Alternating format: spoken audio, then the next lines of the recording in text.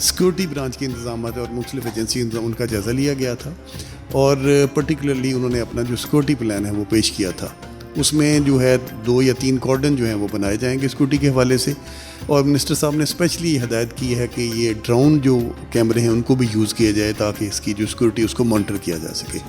اس حوالے سے اس کے بعد میں ایک جو cabinet committee on law and order ہے اس کی میٹنگ بھی ہوئی ہے، جس میں سارے آفیسر نے شرکت کی ہے. اس میں بھی سیکورٹی جو سچویشن ہے یا ارینجمنٹس ان کو ریویو کیا گیا ہے، تو وہ انشاءاللہ پہلے سے بہت بہتر انتظامات ہوں گے، اور جہاں پہ بھی کوئی ضرورت پڑی، کوئی کمی بیچی، اس کو پلگ ان کرنے کی کوشش کی جائے گی. بالکل ٹھیک ہے. پھر صاحب یہ جو کانفرنس آپ اتنی ہائی پروفائل کرواتے ہیں اور دنیا بھر سے یہاں سے علماء آتے ہیں، مختلف گدیوں کے گدی نشین آتے ہیں، تو ان کا جو آؤٹ کم آتا ہے وہ بھی حکومت کو پیش کیا جاتا ہے کہ ریاست مدینہ کے بنانے کے لیے کیا کیا تجاویز آئی ہیں سر؟ جی بس اس میں بلانے کا، ان کو دعوت دینے کا مقصد تو یہ ہے کہ چونکہ اسلام ایک قوم ہے، اسلام ایک امت ہے، اسلام میں جو امت محمدی ہے اس میں ایک یونٹی کا جو تصور ہے وہ پھر اس کو بڑا ایک عروج ملے گا انشاءاللہ اس حوالے سے کہ جب مختلف ممالک سے مشائخ آئیں گے، پھر حضور داتا صاحب رحمۃ اللہ علیہ کی جو تعلیمات ہیں ان ممالک میں بھی پہنچیں گی، تو ظاہر ہے کہ جب وہ تعلیمات پہنچیں گی اس میں محبت اور خدمت اور امن ہی امن اور سلامتی ہے. خدمات کی بات کی آپ نے، امن کی بات کی، تعلیمات کی بات کی، تو داتا صاحب کی جو ایک شہرہ وفاق بک ہے ان کا ترویج کے لیے آپ لوگ کیا کر رہے ہیں؟ وزیر اعظم نے ایک صوفی یونیورسٹی بنانے کا ایک اشارہ کیا تھا، تو اس طرف کوئی بڑھ رہی ہے آپ کی وزارت؟ جی بالکل. پرائم منسٹر صاحب نے چونکہ بڑا خصوصی اس بارے میں جو ہمارے منسٹر ایجوکیشن ہے ان سے بھی بات کی، اور جو ہائر ایجوکیشن کے چیئرمین ہیں ان سے بھی بات کی، اور پھر ان کی مجھ سے ملاقات بھی ہوئی ہے. وہ لاہور تشریف لائے تھے صوفی یونیورسٹی کے حوالے سے. تو مقصد یہ ہے سارا کچھ کرنے کا کہ جو صوفیاء کرام کی جو تعلیمات ہیں اس خطے میں جب یہ ہستی آئی ہیں تو کفر ہی کفر تھا، ان کے آن سے روشنی ہوئی ہے اور اسلام پھیلا ہے. اور دیکھیں کہ ان کی تعلیمات کا کتنا اثر ہے کہ آج 1000 سال بعد بھی جو غیر مسلم ہیں وہ بھی ان کے حاضری دینے کے لیے باعث فخر سمجھتے ہیں. تو کیا ان کی تعلیمات تھیں، محبت کی، خدمت کی، یہ جو جذبہ ہے.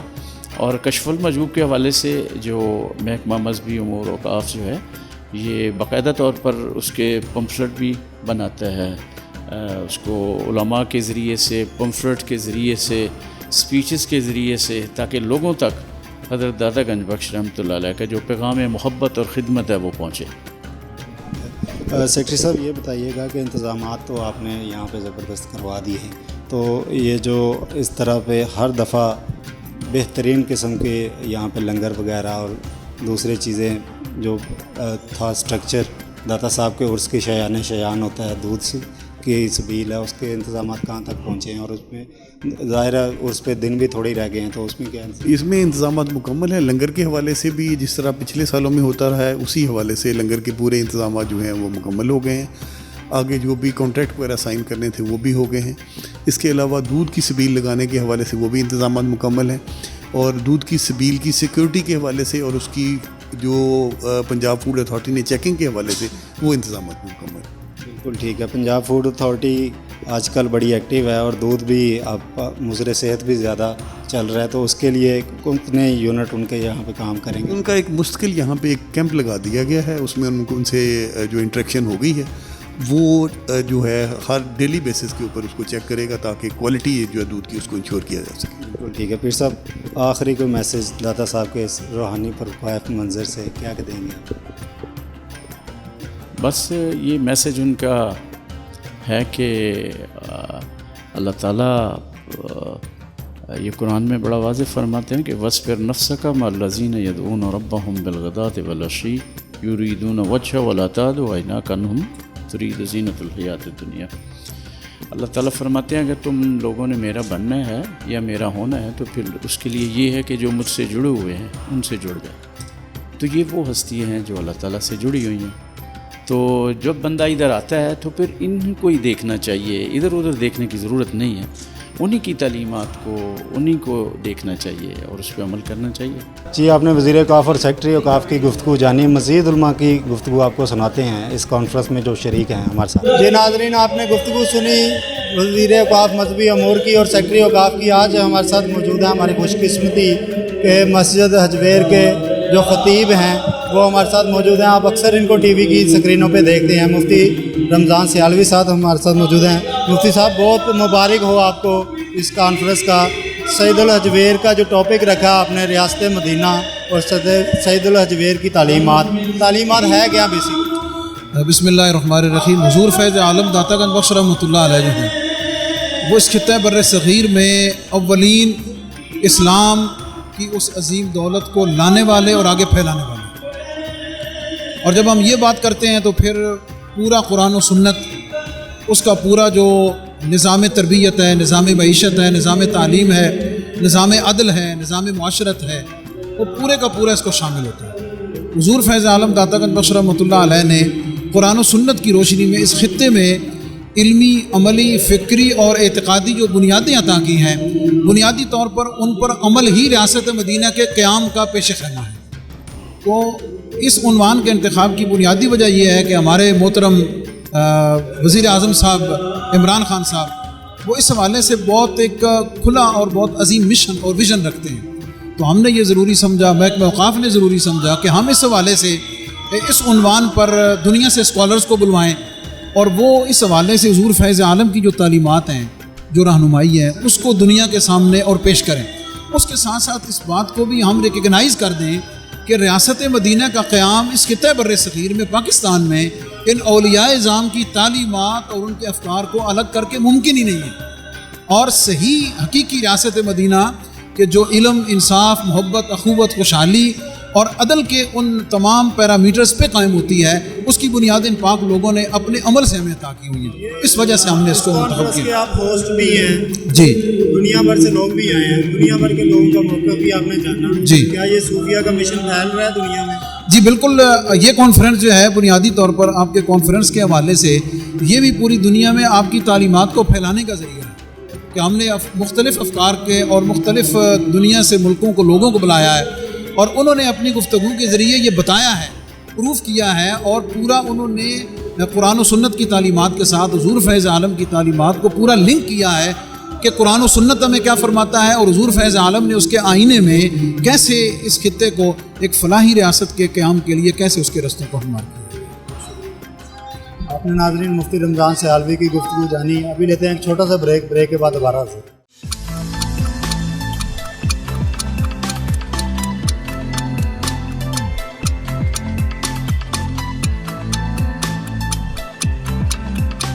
ویلکم بیک ناظرین۔ بات چل رہی ہے داتا صاحب کے عرس کی، اور داتا صاحب کے عرس سے پہلے تقریبات چل رہی ہیں، عالمی روحانی کانفرنس چل رہی ہے۔ یہاں پہ سید الحجویر کی تعلیمات پر کانفرنس منعقد ہوئی ہے۔ اس میں مختلف طبقہ زندگی سے تعلق رکھنے والے لوگوں کی کثیر تعداد نے شرکت کی ہے۔ مختلف ممالک کے علماء آئے ہیں یہاں پہ۔ ہمارے ساتھ موجود ہیں ڈاکٹر شفاقت علی الازہری صاحب، وہ بھی اس مقالے میں اپنا مقالہ پیش کر رہے تھے اس پوری تحقیق میں۔ ان سے جانتے ہیں کہ صوفیہ کی تحریک کیا تھی، صوفیہ کا جو تعلیمات تھیں وہ کیا تھی۔ ڈاکٹر صاحب بہت شکریہ آپ کے وقت کا۔ کیا کہیں گے آج کی کانفرنس کے حوالے سے؟ آج کی کانفرنس جو ہے یہ بہت اہم تھی، جس کا موضوع ریاست مدینہ اور شیخ علی حجویری کی تعلیمات تھا۔ تو صوفیاء کرام جتنے بھی گزرے ہیں اوائل دور سے لے کر آج تک، ان کی تعلیمات ہمیشہ معاشرے کے امن کے لیے رہی ہیں۔ معاشرے میں صحیح اور پرامن افراد کی تیاری پر ہمیشہ انہوں نے ترکیز کی ہے، اور جب معاشرے جو ہیں اس وقت مضبوط ہوتے ہیں جب افراد اچھے اور پرامن تیار ہوتے ہیں۔ تو صوفیاء کرام کی جو تعلیمات ہیں، سب سے پہلا جو کام وہ سر انجام دیتے ہیں وہ یہی ہوتا ہے کہ وہ معاشرے کے افراد کی اصلاح کرتے ہیں، ان میں پائی جانے والی برائیوں کو ختم کرنے کی کاوش اور سعی کرتے ہیں، انہیں تقوی، محبت، ایک دوسرے کے ساتھ تعاون اور مل جل کر وحدت کے ساتھ رہنے کی تعلیم دیتے ہیں۔ انہی بہترین کاموں اور عظیم کاموں کو شیخ علی حجویری نے اپنے زمانے میں سر انجام دیا، لوگوں کا تزکیہ کیا، انہیں علم کا درس دیا، تعلیم دی، سلوک کی راہ پر چلایا، ایک دوسرے کے ساتھ محبت کا درس دیا، تعاون کرنے کی ایک دوسرے کو تعلیم دی، اور پرامن معاشرہ جو ہے قائم کرنے کے لیے آپ نے ہمیشہ اپنی زندگی میں خدمات سر انجام دی جو قیامت تک یاد رکھی جائیں گی۔ بالکل ٹھیک ہے ڈاکٹر صاحب، جب ہم ریاست مدینہ کی بات کرتے ہیں تو ریاست مدینہ کے کون سے پلرز تھے جس نے ریاست مدینہ کو مضبوط کیا تھا اتنا کہ وہ دنیا بھر میں پھیلے؟ ریاست مدینہ جو ہے ایک ہمارے لیے ماڈل ہے۔ اگر ہم چاہتے ہیں کہ ہمارا ملک اور قوم ترقی کرے تو ہمیں ریاست مدینہ کے ان پلرز اور ان اہم چیزوں کو دیکھنا ہوگا جن کی بیس پر ریاست مدینہ کی عمارت قائم ہوئی۔ سب سے پہلے ان میں سے جو چیز ہے وہ ہجرت ہے۔ ہجرت کیا ہے؟ صرف ہجرت ظاہری ایک جگہ سے دوسری جگہ منتقل ہونے کا نام نہیں ہے، بلکہ ہجرت برائیوں کو، کمزوریوں کو، سستیوں کو چھوڑ کر محنت، جہد اور لگن کو اختیار کرنا بھی ہجرت ہے۔ تو آقا علیہ الصلوۃ والسلام نے صحابہ کرام کو جہاں ظاہری ہجرت کا درس دیا، وہاں پر آپ نے صحابہ کرام کو محنت، جذبے اور اصرار کی بھی ہجرت کا ایک درس عطا فرمایا۔ پھر اس کے بعد کسی بھی ریاست کے لیے جو اہم چیز ہوتی ہے وہ علم ہوتا ہے۔ علم کی بنیاد پر ریاست جو ہے قائم ہوتی ہے اور ترقی اور استحکام پر چلتی ہے۔ آقا علیہ الصلوۃ والسلام نے اپنی ریاست میں بنیادی طور پر علم کی بنیاد رکھی، اور جنگ بدر میں جو قیدی ہوئے تھے ان کو بھی علم پڑھانے کی شرط پر آزاد کرنے کا معاہدہ فرمایا۔ تو اس سے پتہ چلتا ہے کہ ریاست مدینہ میں علم کی کتنی اہمیت تھی۔ علم ہی وہ ایک راہ ہے جس پر چل کر قوم ترقی کرتی ہے، ریاست اور ملک مضبوط ہوتا ہے۔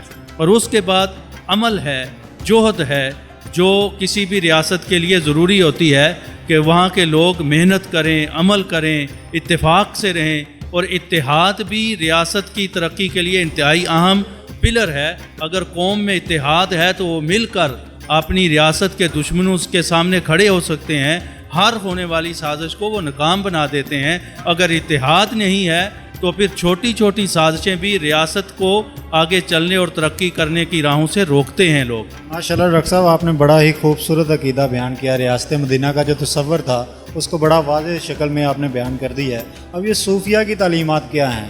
صوف یا تصوف کہاں سے آیا اور یہ جو روحانی مراکز کیسے قائم ہوئے، اس کی تاریخ کے مختصر سے؟ اگر ہم صوفیہ کرام کے ان مراکز کی تاریخ کے بارے میں دیکھیں تو یہ مراکز کوئی نئے نہیں ہیں، بلکہ ان کی بنیاد آقا علیہ الصلوۃ والسلام کے دور سے ہے۔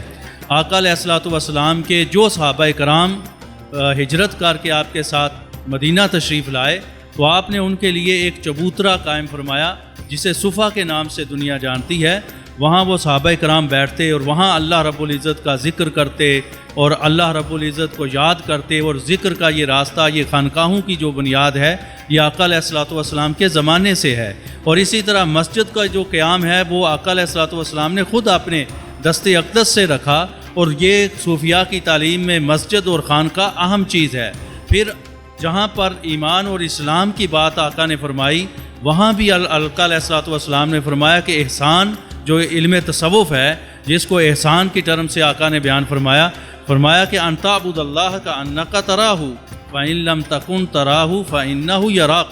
یہ وہ اصول ہے، یہ وہ علم تصوف ہے جس کی بنیاد ہمارے پیارے نبی اور ہمارے پیارے آقا نے عطا فرمائی کہ آپ اللہ کی عبادت ایسے کریں کہ جیسے اللہ آپ کو دیکھتا ہے۔ اگر آپ ایسے نہیں پہنچ سکتے اس درجے کو تو پھر یہ خیال رکھیں کہ آپ جب عبادت کر رہے ہیں تو اللہ آپ کو دیکھ رہا ہے۔ یہی سلوک ہے، یہی تصوف ہے، یہی تزکیہ ہے جو صوفیاء کرام کی تعلیم تھی، صوفیاء کرام کا درس تھا۔ قیامت تک یہ سلسلہ جاری رہے گا، اور جو حق صوفیاء ہیں، جو دین کو جاننے والے ہیں، اسی نور کو انشاءاللہ پھیلاتے رہیں گے انشاءاللہ۔ داتا صاحب کی تعلیمات پہ آ جاتے ہیں۔ ایک ہی کتاب کا ذکر ہوتا ہے کشف المحجوب کا، وہ بھی لوگ کہتے ہیں کہ ابھی کوئی صحیح حالت میں ہے نہیں ہے۔ آپ کیا سمجھتے ہیں ان کی تعلیمات کا بنیادی جز کیا تھا؟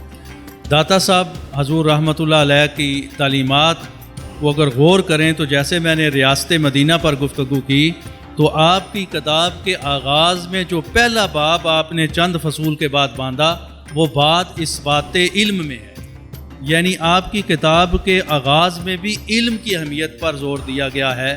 پھر کتاب کے اندر وہ اصول اور رہنما باتیں بیان فرمائی کی گئی ہیں کہ جو معاشرے میں بندہ جن پر چل کر ترقی کر سکتا ہے، دنیا میں بھی اچھی زندگی گزار سکتا ہے اور اللہ کو بھی راضی کر سکتا ہے، جب انسان کو سمجھ لے اور اس کے حقوق کو پورا کر دے تو پھر اللہ راضی ہو جاتا ہے، پھر معاشرے میں امن آ جاتا ہے۔ تو کشف المحجوب وہ ایک کتاب ہے جو ایک انسان کو دوسرے انسان کے ساتھ معاملہ برتنے، رہنے سہنے کی تعلیم عطا فرماتی ہے اور رہنما اصول ہے۔ بالکل ٹھیک ہے، رہنما اصول تو ہیں۔ کوئی ایسا واقعہ جو آپ کے نقود چھوڑ گیا ہو داتا صاحب کی تعلیمات سے آج تک، جو ناظرین سے آپ شیئر کریں؟ داتا صاحب علیہ رحمہ کی تعلیمات میں آپ نے جو مقدمے میں چیز بیان فرمائی وہ بہت اہم ہے کہ آپ بیان فرماتے ہیں کہ جو بھی بندہ کسی کتاب کو لکھتا ہے تو پھر اس کے نام کا لوگوں کو پتہ ہونا چاہیے۔ اگر اس کا مقام اعلیٰ ہے، مرتبہ اعلیٰ ہے، تو پھر اس کے نام کی وجہ سے جب لوگ مطالعہ کرتے ہیں تو پھر اس کے نتائج اور اثرات زیادہ ہوتے ہیں۔ تو یہ کتاب کے اندر جو آپ نے بہت اہم چیز بیان فرمائی کہ میں اس کتاب کا مؤلف اپنا نام لکھ کر، اور بے جا مقامات پر بھی آپ نے اس کا ذکر فرمایا۔ اس کی وجہ یہ تھی کہ آپ نے کچھ کتابیں تحریر فرمائی، کچھ دیوان لکھے تو وہ چوری ہو گئے اور بعض لوگوں نے اپنے نام سے ان کو شائع کر لیا، تو پھر حضور داتا گنج بخش نے اس راستے کو بند کرتے ہوئے اس طرف اس کی وضاحت فرمائی اور اس کی اہمیت کو اجاگر فرمایا۔ اور اس میں کتاب کے اندر جو مجھے ہر چیز ہی اہم ہے، لیکن جو بہت زیادہ جس چیز نے مجھے متاثر کیا وہ مناقب اہل بیت ہیں، اور ان میں سے خاص طور پر سیدنا امام زین العابدین کے مناقب ہیں کہ آپ کی شان کو آپ نے فرزدق کے اشعار کے ساتھ بیان کیا، اور وہ ہشام بن عبد الملک کے ساتھ جو ایک واقعہ پیش آیا تھا طواف کعبہ کے دوران، اس کو آپ نے بڑے ہی خوبصورت اور پیارے انداز میں بیان کیا، جس سے حضرت امام زین العابدین کی شان، آپ کا مقام اور مرتبہ جو ہے ظاہر ہوا۔